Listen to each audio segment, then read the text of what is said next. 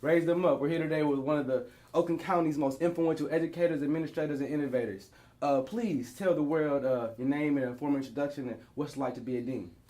Well, my name is Robert Spann. I've been in this position for actually about a year and a half.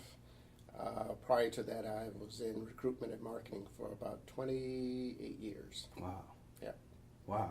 Okay. So a lot of experience to the game, you know. It is. Okay. It is. Wisdom. That's excellent. So, what are some of the challenges that students face here at Oakland Community College in your current position, from your perspective? Well, I think one of the big challenges is the financial challenge that a lot of students face coming into any college, not just OCC. But that's a huge hurdle for a lot of students coming into the school.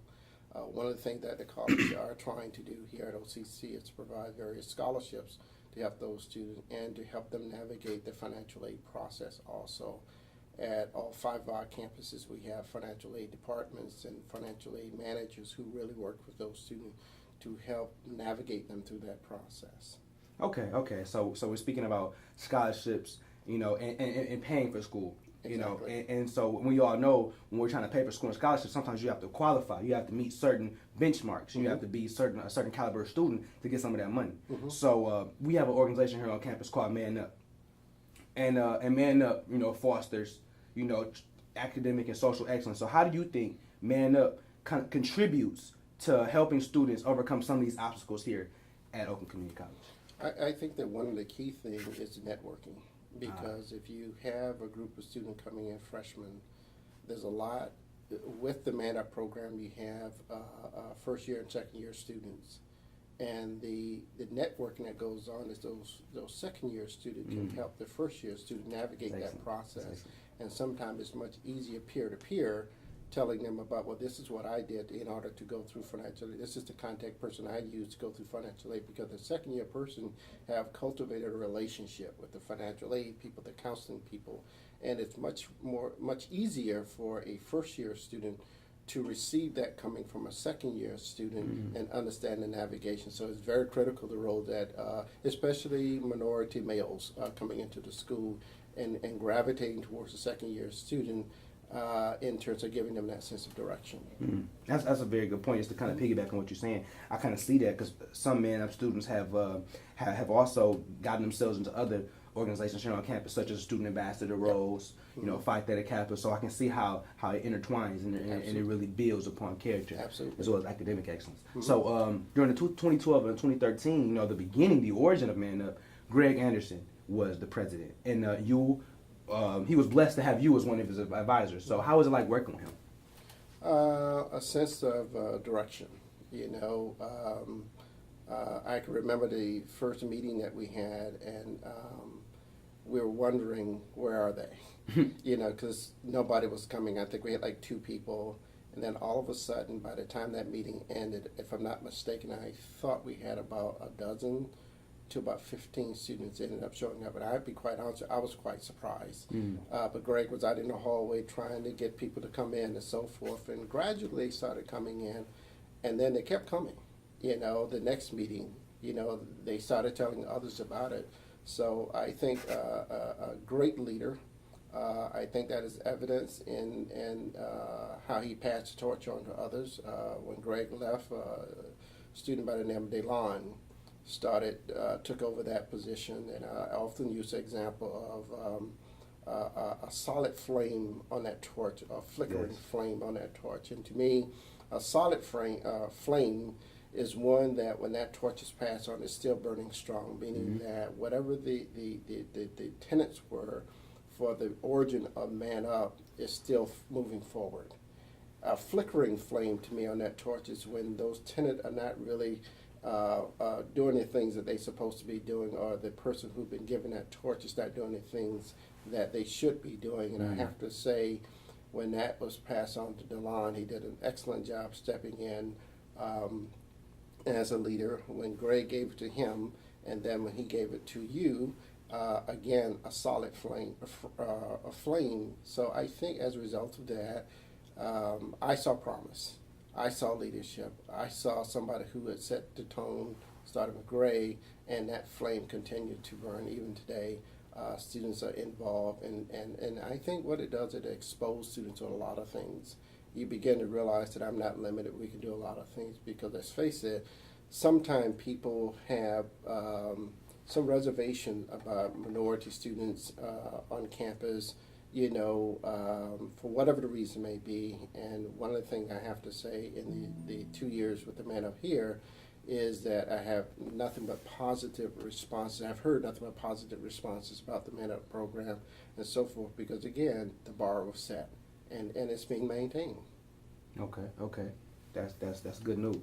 That's good news. So, you spoke about Daylon, myself, and Greg Anderson's relationship. So that's a student to mentor relationship. So could you speak on a little bit of how Greg, from your perspective, how you saw Greg's relationship with different students and how that impacted the students at the end of the day?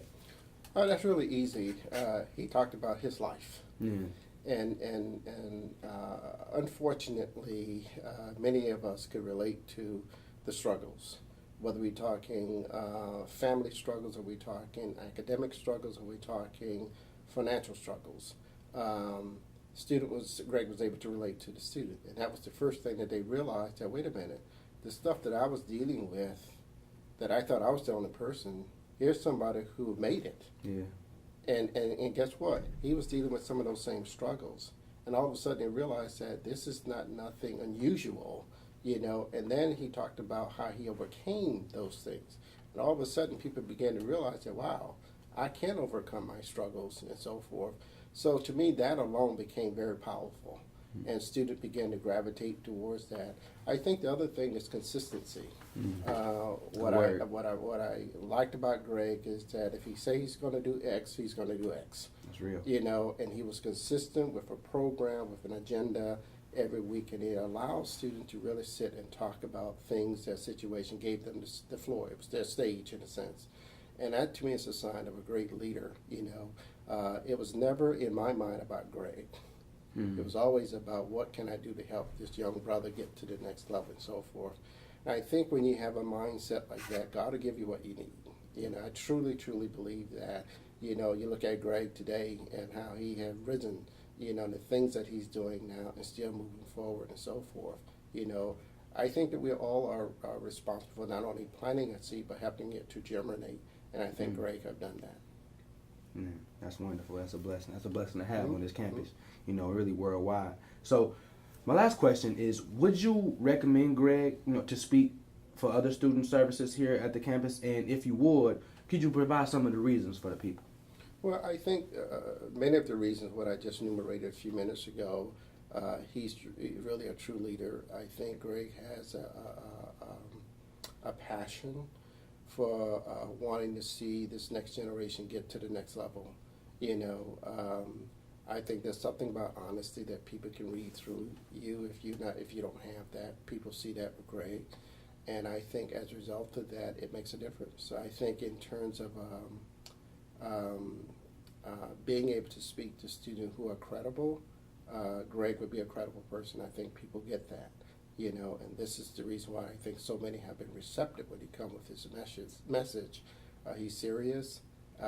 He has a passion for it, and people see that, and they want to be a part of that also. I certainly look at it and see, Greg, what can I do to help you?